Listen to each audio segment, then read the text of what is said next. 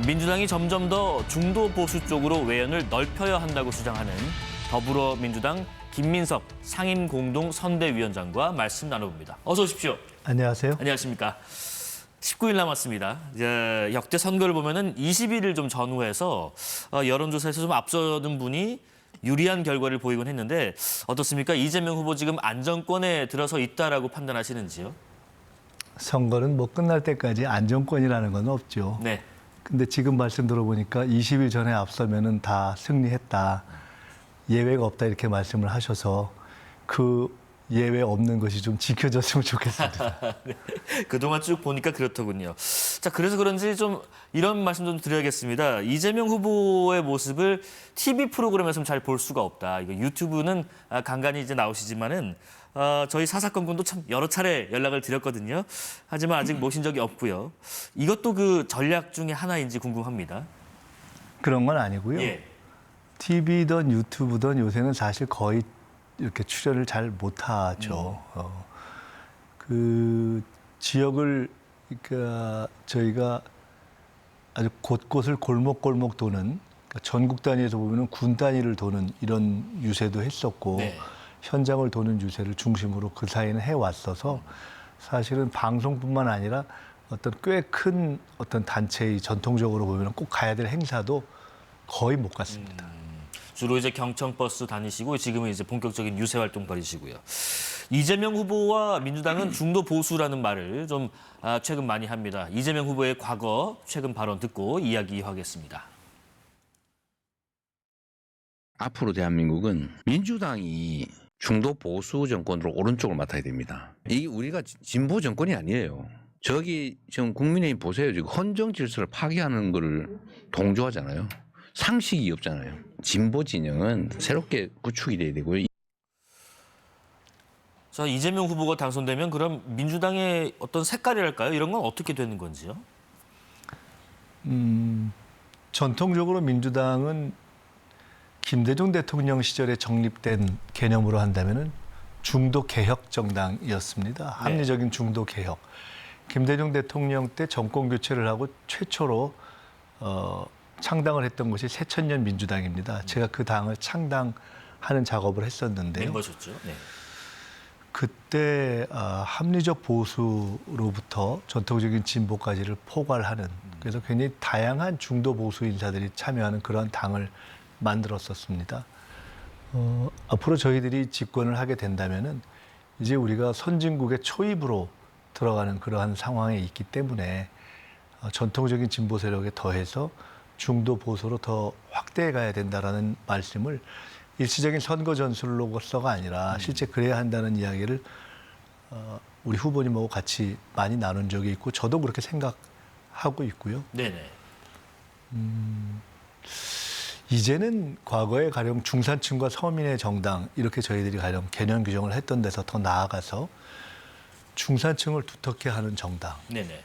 또 문화적인 품격이 있는 정당, 집단지성 민주주의를 구현하는 정당, 세계의 민주주의와 문화를 선도하는 정당, 이렇게 이 시대에 맞게 당의 정체성도 더 풍부해져야 된다고 저는 생각을 합니다. 네네. 아마 자연스럽게 중도 보수 이런 것들이 더 많이 포용되는 쪽으로 갈 텐데 뭐 진보, 중도, 보수 이런 식으로 개념을 규정하는 것 자체가 어떻게 보면 좀 전통적인 접근법 아닌가 싶습니다.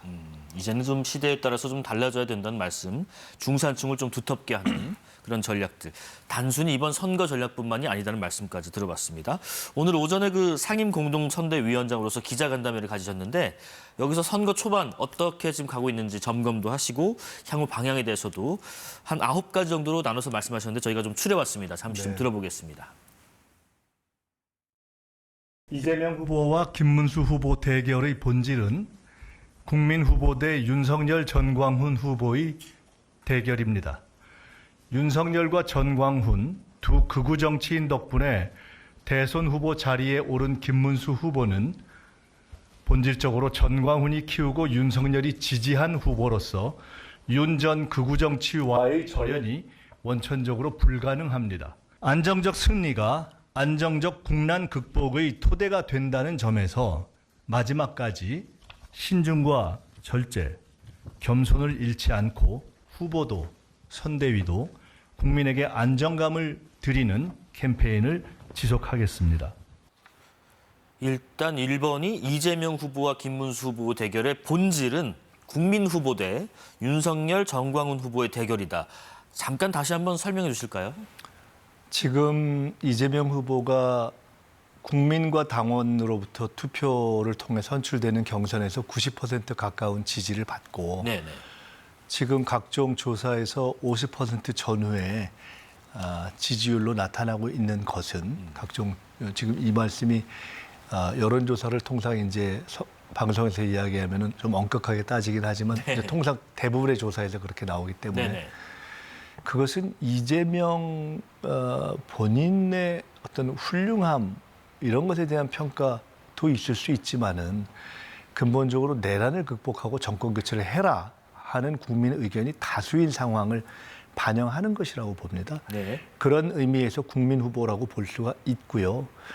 근데 그에 비하면 김문수 후보는 사실상 정치적 정체성, 정치 노선, 그다음에 이번에 국민의 심판을 받고 헌재에서 진보 보수를 떠나서 8대0 만장일치로 이것은 잘못됐다고 판단한 내란에 대한 입장에 이르기까지 내란을 옹호하고 오늘 사과했다고 하기는 하나 그것이 뭐 진실되다고 보기가 쉽지 않은 그래서 내란을 옹호해 왔고 또 그것을 옹호한 세력 편에 서 있고 그리고 정치적인 생각에 있어서도 우리 사회의 일반적인 기준으로 볼 때 굉장히 극단적인 오른쪽에 있는 전광훈 후보와 가장 전광훈 그러니까 일종의 정치인 전광훈과 가장 결이 같다고 볼 수 있는. 예. 그래서 전광훈과 결이 같고 결국은 윤석열과 그 세력에 의해서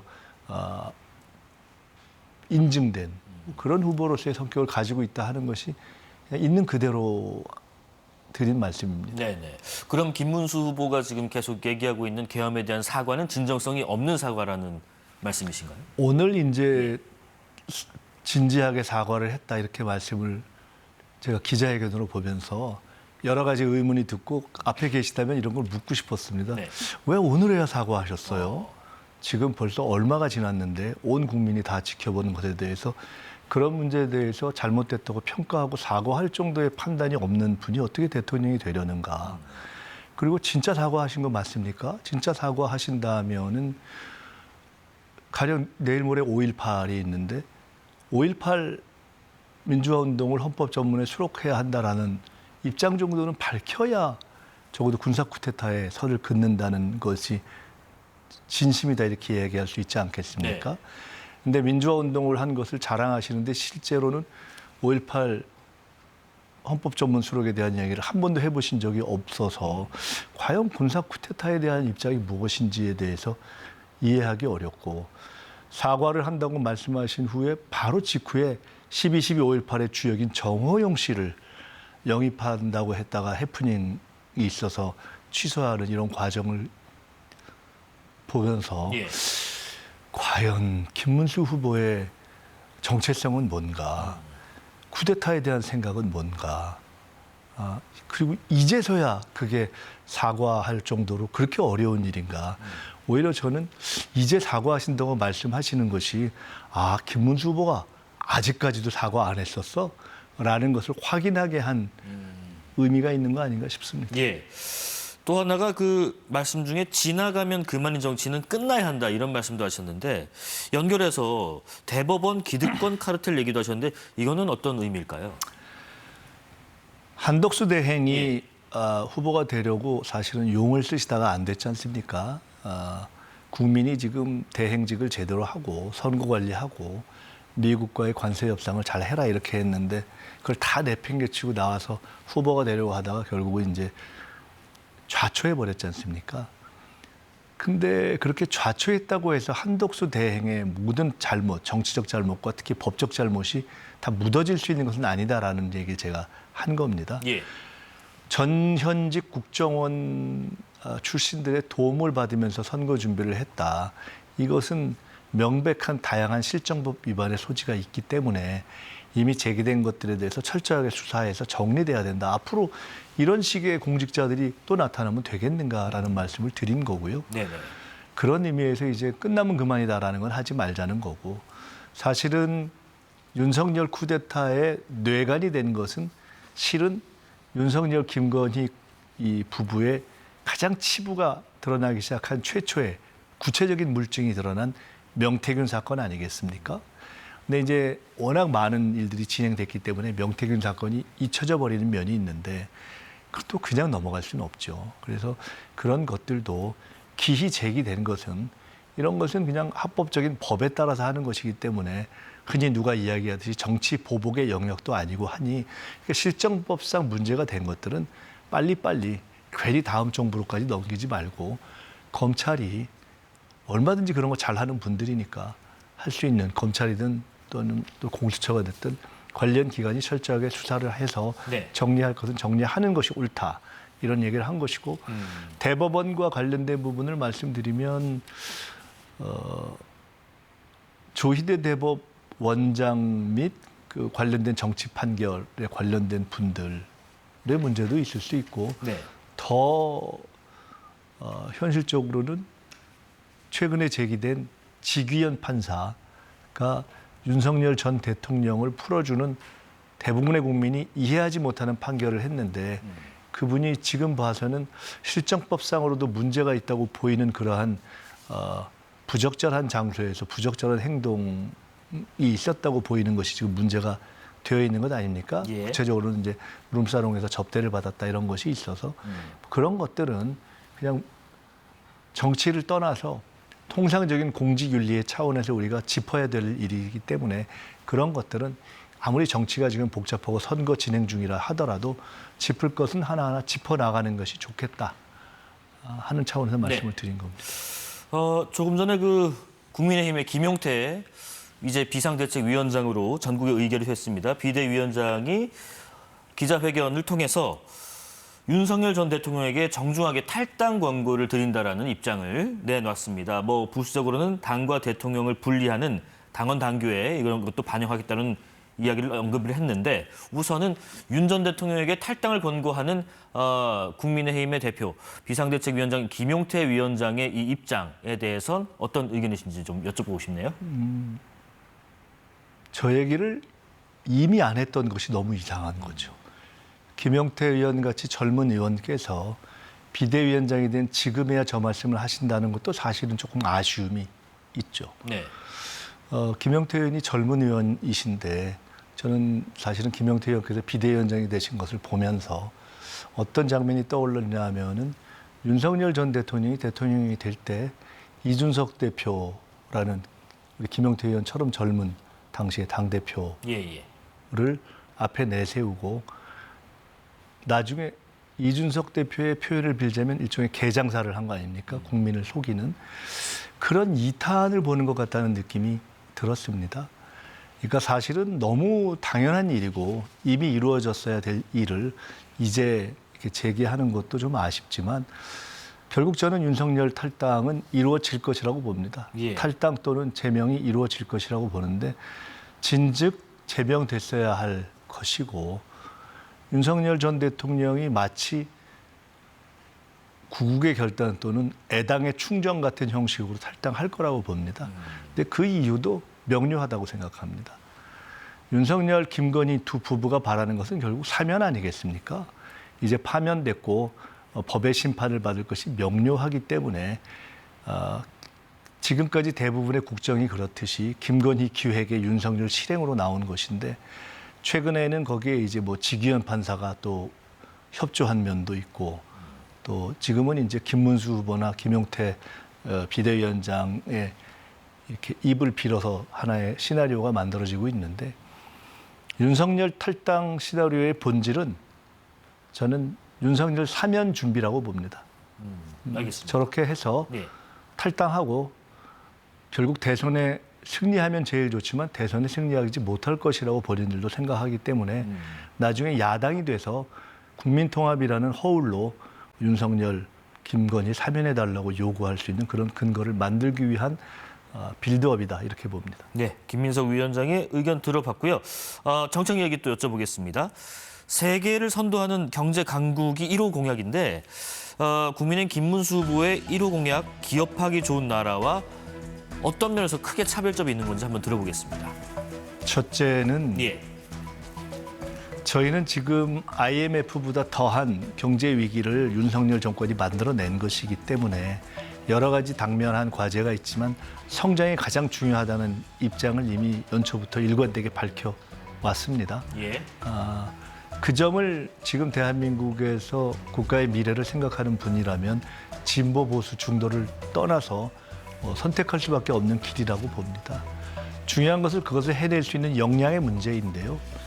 그런 역량과 관련해서는 사실은 김대중, 노무현 이런 전 민주당의 대통령들이 어려울 때 성장을 일으켜내고 경제의 위기를 돌파해낸 그리고 경제의 지평을 넓혀낸 그러한 경험과 성과를 가지고 있고 이재명 후보 또한 성남시장과 경기도지사를 거치면서 그런 행정력으로 그런 경제적 성과를 만들어낸 경험과 역량을 가지고 있기 때문에 그리고 저희가 연초부터 계속해서 AI, 바이오, 콘텐츠, 컬처, 또 디펜스, 국방, 또 에너지 등등에 이르는 ABCD 산업 전략 이런 것들을 지속적으로 강조해 와서 네네. 저희는 상황 인식, 그다음에 전략, 구체적인 역량 이런 점에 있어서 지금 나와 있는 세 후보 가운데 가장 경제 대통령의 준비와 자질이 갖추어져 있다고 자신합니다. 2호 공약이 보니까 민주주의 회복으로 민주주의 강국이라고 지금 나와 있는데 사실 지금 우리가 지금 민주주의 국가임에도 강국이 되기 위해서 어떤 방안을 가지고 강국을 갈 수 있는 교두보가 될지 좀 궁금하네요. 윤석열 군사 쿠데타라는 80년 이후에 이미 지나간 추억이 됐어야 될 군사 쿠데타를 네. 40년 만에 사실 시대착오로 벌인 것인데 윤석열 군사 쿠데타 내란 세력이 그것을 사실은 친위 쿠데타는 전 세계 정치사의 경험에서 볼 때 95% 이상 성공한다는 겁니다. 근데 이것을 평화적으로 지금 진압해내고 있지 않습니까? 그런 점에서 저는 대한민국의 대한국민은 사실은 이미 K민주 강국, 예. 지금 세계가 K민주주의라고 찬탄하고 있는 이런 민주주의 강국의 모든 여건을 이미 갖추고 있다고 봅니다. 우리는 80년, 각각에는 80년 광주 민주화 운동에서 시작해서 지금까지 이루는 동안 40년 이상 축적되어 온 민주화 이후의 민주 역량이 있어서 그런 점에서의 어떤 민주 강국으로서의 기반을 가지고 있다. 네. 이번 내란 극복을 잘 해내고 대선으로 좋은 정권을 만들어서 국민과 함께 위기 극복에 성공해내면 저는 대한민국은 전 세계가 주목하는 새로운 어떤 집단지성 민주주의의 산실로 평가받을 것이다. 민주강국으로 확실하게 될 것이다. 그것은 과거에 김대중 대통령이 싱가포르의 이광효 총리와 네네. 과연 아시아에서 민주주의가 가능한가라는 논쟁을 미국의 유명한 외교지 포린 어페어즈에서 하면서 가능하다.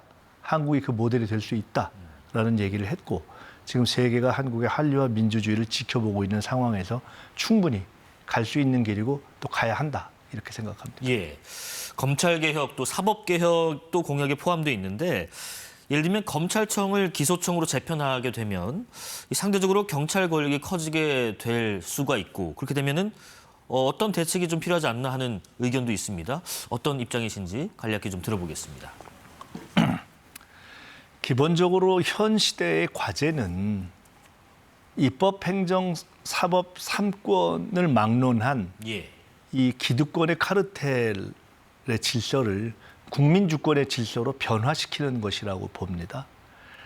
우리가 좁은 의미에서 검찰 개혁 또는 사법 개혁을 볼 때 좁은 의미에서 검찰의 권력을 또는 그것을 검찰과 경찰에 나누는 문제로 볼 수 있지만 더 본질은 검찰이든 경찰이든 거기에 담겨 있는 공권력의 어떤 성격을 민주화하는 것에 있기 때문에 국민 주권의 원칙을 실현한다면 한편으로는 그것이 검경의 어떤 수사권을 잘 분리하는 문제로도 될 수가 있고 검찰의 기소나 수사에 있어서 예. 또는 경찰의 각종 어떤 수사 진행에 있어서 국민적 견제 장치를 도입하고 반영하는 방식으로 저는 이 제도 설계가 가능하다고 봅니다. 네네. 지금 저희들이 생각하고 있는 방안들도 그러한 내용들이 담겨 있습니다. 예. 그 사법개혁 관련해서 좀 여쭤볼 게 하나 더 있습니다. 지금 여러 의혹으로 지금 재판이 진행 중인 이재명 후보를 위한 것이 아니냐는 일각의 의견이 있는데, 예를 들면 대통령 당선 시에 재판을 정지하는 형소법 개정안이 지난주 국회 법사위를 통과했고, 허위사실 공표죄 구성 요건 중에 행위, 이 행위를 삭제하는 내용의 개정안도 법사위를 통과했고요. 이게 그렇다 보니까 이게 이재명 후보 1인을 위한 법 개정, 이재명 유죄 방지법이라는 국민의힘의 비판도 있습니다. 어떤 의견이신지? 국민의힘은 계엄 쿠데타 내란 이런 과정에 대해서 전혀 할 말을 못했기 때문에 그냥 정치적인 어떤 수사나 공격으로 그런 이야기를 할 수는 있지만은 예. 민주주의 일반에 대한 일관성을 가지고 하는 얘기가 아니어서 그런 이야기를 할 자격이 있는가 싶습니다. 아까 사법개혁에 관련해서도 말씀드리자면 국민주권의 관점에서 보면 아까 제가 검찰과 경찰을 예로 들었지만 법원의 예를 놓고 들어도 네. 가령 대법관의 숫자를 늘리자, 현재 10명을 뭐 30명 이상으로 늘리자 하는 것은 이번에 이재명 후보에 대한 판결을 이러저렇게 해서 그렇다라는 것이 아니라 국민의 관점에서 더 올바르고 빠른 그런 대법의 판결을 받을 수 있는, 결정을 받을 수 있는 그런 국민적 권리의 신장이라는 면에서 접근되는 것입니다. 네네. 지금 대통령에 당선된 사람에 관련된 소추가 중단되는 문제는 법을 새로 만들어서 형소법을 개정하느냐 마느냐는 별개로 이미 대한민국의 헌법 파괴 대부분의 다수설로 대통령 당선으로 소추가 중단되는 것으로 되어 있기 때문에 굳이 개정하지 않아도 되는 문제라고 저는 봅니다, 개인적으로. 근데 그것을 불필요한 시비를 자꾸 하기 때문에 재확인 차원에서 개정할 수도 있다 이렇게 보고 있는 것이고요.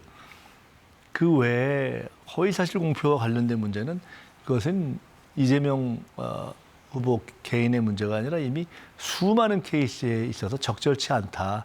그리고 한국 외에는 거의 유사한 입법례를 찾아보기 어렵다고 해서 오랫동안 제기되어 온 문제들입니다. 네. 그래서 그런 문제들을 뭐 이재명 후보 개인과 연결시키는 것은 사실과도 맞지 않고 또 굳이 그런 것을 통해서 저희들이 무슨 방어권을 행사할 이유가 없습니다. 오래된 숙제를 좀 풀어나가는 과정이라도 이해를 하겠습니다. 이번 공직선거법 그 파기환송심 결정한 조희대 대법원장에 대한 특검도 지금 추진 중인 상황인데, 대법원장 특검을 지금 이 시기에 하는 이유에 대해서 좀 여쭤보고 싶어요. 예를 들면 파기환송에 대한 어떤 보복성이 아닌가 하는 일각의 주장도 있거든요. 조희대 대법원장에 대해서 국회가 어떻게 할 것인가를 묻기 전에 예. 저는 대한민국 사법부의 앞날을 생각할 때 조희대 대법원장이 어떻게 할 것인가. 잘못된 판결을 했다고 국민의 상당수가 판단하고 있는 10명의 정치 판결을 했던 대법관들이 어떻게 할 것인가. 사법부 자체가 자체적으로 어떤 판단을 할 것인가를 먼저 물어야 한다고 생각합니다. 네. 왜냐하면 그런 판단을 할 수 있을 정도의 양식과 위치와 자정 권한을 가진 분들이기 때문에 예를 들어 이런 질문을 했지 않습니까? 아니, 읽기는 했어요? 읽고 판결했습니까? 라고 질문하니까 뭐 꼭 읽는 것은 아니다 라고 이야기하면서 이러저러한 변론을 했는데 네. 그 과정도 그다지 합당치 않았고 이런 그 내용도 합당치 않아서 국민적인 비판과 공분의 대상이 됐던 것 아닙니까? 그래서 저는 국회는 이러저러한 개별 의원들 또는 당에서도 다양한 의견이 있지만 첫째로는 국민의 의사를 여쭈어 가면서 그에 따라서 법에 정해져 있는 청문회든 또는 특검이든 또는 다르한 법적 조치이든 이것을 국민의 의사에 따라서 합법적인 테두리 안에서 할 것입니다. 또 선거라는 특정 시기도 감안하면서 예. 그렇기 때문에 국민이 명백하게 조희대 대법원에 대해서 비판하고 있다는 점은 방향이 돼 어떠한 방법과 시기를 선택할 것인가에 대해서는 신중하게 할 것이고요. 다시 말씀드리지만 국회에게 묻기 전에 조희대 대법원장에게 물어라. 예. 조희대 대법원장 본인은 이미 어떠한 권위도 정당성도 존경도 받지 못하는 현재의 상태에서 대법원장이라는 법복의 무게를 어떻게 견뎌낼 것인가. 사실은 그것이 권위와 존경을 받지 못하는 대법원장의 존재가 어떠한 의미가 있는 것인가를 깊이 생각하는 것이 좋겠다. 예. 저는 이렇게 봅니다. 추가 질문 잠깐 드리면 이제 말 그대로 대법관이지 않습니까? 이제 법관 중에서도 우리가 굉장한 그 중요도를 갖고 있고 그 책무를 갖고 있는 법관의 어떤 판단에 대해서 여론에 휩쓸려서 좀 좌지우지될 수 있는 것이 우려가 되지 않는가 하는 생각도 좀 듭니다. 국회든 예. 행정부이건 사법부이건 상식과 국민의 판단 그런 어떤 자연법적 원칙을 가장 근본으로 해서 출발합니다. 네. 여론의 판단에 휩쓸리는 것이 아니라 오죽 판단이 잘못되었으면 국민의 여론이 잘못됐다고 형성되겠습니까? 그런 것을 존중하지 않는다면은 민주주의의 일반 원리를 존중하는 대법관은 물론이고 법관으로서의 과연 자격이 있는가 저는 묻고 싶습니다. 네네. 대법원이 이번에 내린 판단 그리고 대법원이 그런 판단을 내리는 과정의 졸속성 이런 데 대해서 이틀 만에 100만이 넘는 국민들이 비판 소명을 하고 그리고 다양한 여론에서 과반 이상이 해결 방법은 다양하지만 방향 자체는 조희대 대법원 체계가 명백하게 잘못됐기 때문에 시정해야 된다라고 이야기하고 있는 국민의 뜻을 인정하지 않는 방식으로 간다면 예. 피할 수도 있고 숨을 수도 있고 침묵할 수도 있고 버틸 수도 있겠지만 존경은 영영 회복하지 못할 것이다. 이렇게 네. 말씀드립니다. 이재명 후보가 이제 당선이 만약에 된다면 6월 3일에 지금 진행되는 여러 가지 그 재판들이 있는데 이게 중지되든 진행되든 반대쪽에서는 계속 비판을 할 것 같거든요. 국정에 만약에 당선되면 좀 힘이 실릴 수 있을까 하는 우려도 있습니다. 아까 말씀드렸듯이 헌법 84조에 의한 예. 대통령 당선자의 당선되는 순간부터의 소추의 중단은 헌법에 이미 나와 있고 대한민국의 대다수 헌법학의 다수설로 확정되어 있는 것입니다. 네네. 이것을 비판하고 문제 제기한다고 해서 변할 것은 없습니다. 8대0 만장일치로 파면된 윤석열 전 대통령과 그 추종자들이 그 파면이 잘못되었다고 주장한다고 해서 8대0 만장일치의 헌법적 법리가 움직이지도 않습니다. 그렇기 때문에 그 점이 헌법과 법률에 어떤 장애가 되지는 않는다고 봅니다. 다만 예. 우리는 현실 정치를 하고 있고 정치는 국민의 여론에 기초하고 있기 때문에 국민 여러분께서 내란과 쿠데타가 만들어낸 굳이 할 필요가 없는 대선을 지금 앞당겨서 하고 있는 건 아닙니까? 너무나 어려운 경제 위기 아닙니까? 이 경제 위기에 사실은 이재명 후보가 혹 국민께서 권한을 맡겨주셔서 일을 할 수 있게 당선이 된다면 정말 쉽지 않은 일을 해야 하는데 경제 성장률은 마이너스대로 가 있고 국론은 갈갈이 찢겨 있고 내란 세력은 여전히 저항하고 있고 이때 위기를 극복하면서 경제를 살려야 하는데 저는 선거를 통해서 예. 바로 그럴 때 선거를 통해서 안정적인 힘을 주셔야 한다. 위기이기 때문에 위기일수록 위기이니까 저는 국민 여러분께서 이때는 8대0 만장일치의 정신으로 평소에 어떤 정당을 지지했던 간에 이번에는 위기를 극복할 내란을 극복할 정당과 후보에게 좀 더 안정적인 힘을 실어주시면 감사하겠다 하는 말씀을 드리고 싶습니다. 지금은 일반적인 대선 국면이 아니다라는 말씀이신 것 같아요. 최근에 그 김문수 후보로 국민의힘 후보가 확정된 뒤에 지지율이 소폭 오르고 있는데 지금은 뭐 일부 여론조사를 보면 30%를 넘긴 것도 있습니다. 대선 후보 선호도 잠깐 보면요.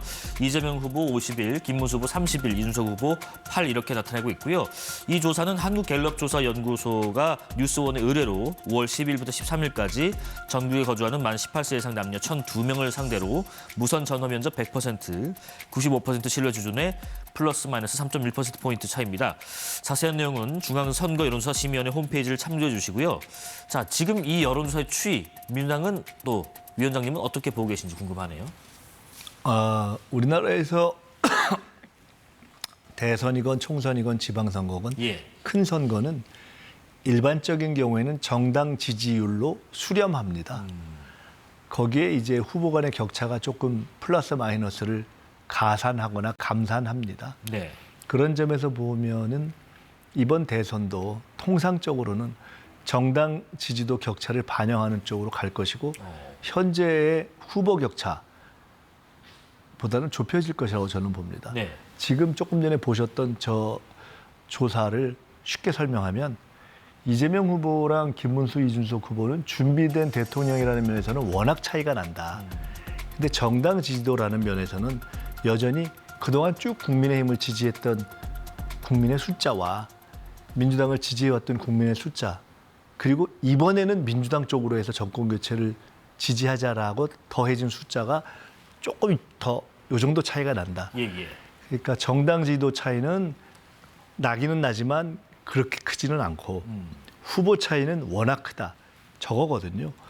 그래서 통상적일 때는 정당 지지도로 마지막에는 좁혀지는데 이번에는 후보 차이가 워낙 커서 그보다는 조금 더 벌어질 가능성이 있지만 네. 저희는 정당 지지도 차이만큼으로 더 좁혀질 가능성도 있다고 보고 아하. 방심하지 않고 갈 생각이고요.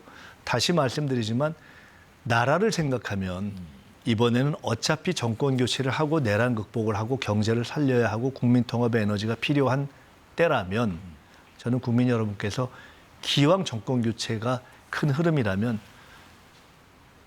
나중에 또 다른 판단을 하시면 되니까 네. 정권 교체를 해서 어렵게 국정을 맡아가야 할 그러한 새로운 정부와 새로운 대통령에게 조금은 더 안정적으로 일할 수 있도록 도와주시는 것이 좋겠다 이렇게 네네. 생각합니다. 그래서 이제 유세 현장에서도 이재명 후보가 압승보다는 필승을 외치는 것 같습니다. 지금 의원님께서는 상임 공동선대위원장과 함께 테러 대책 TF 단장도 맡고 계시던데 선거운동 과정에서 이 이재명 후보에 대한 테러 위협 이야기가 지금 왕왕 나오고 있어요. 지금 영상도 뭐 나오고 있는데 어제 유세장에서 지지자분들이 파란색 풍선 다발을 들고 단상 근처로 쭉 몰리기에 이게 뭔가 봤더니 또 자발적인 움직이었다 뭐 그런 얘기가 있고요. 실제 민주당은 지금 테러 관련된 위협 이 사안을 얼마나 심각하게 보고 계신지 궁금하네요. 제일 큰 마지막 리스크 중에 하나로 보고 있습니다. 예.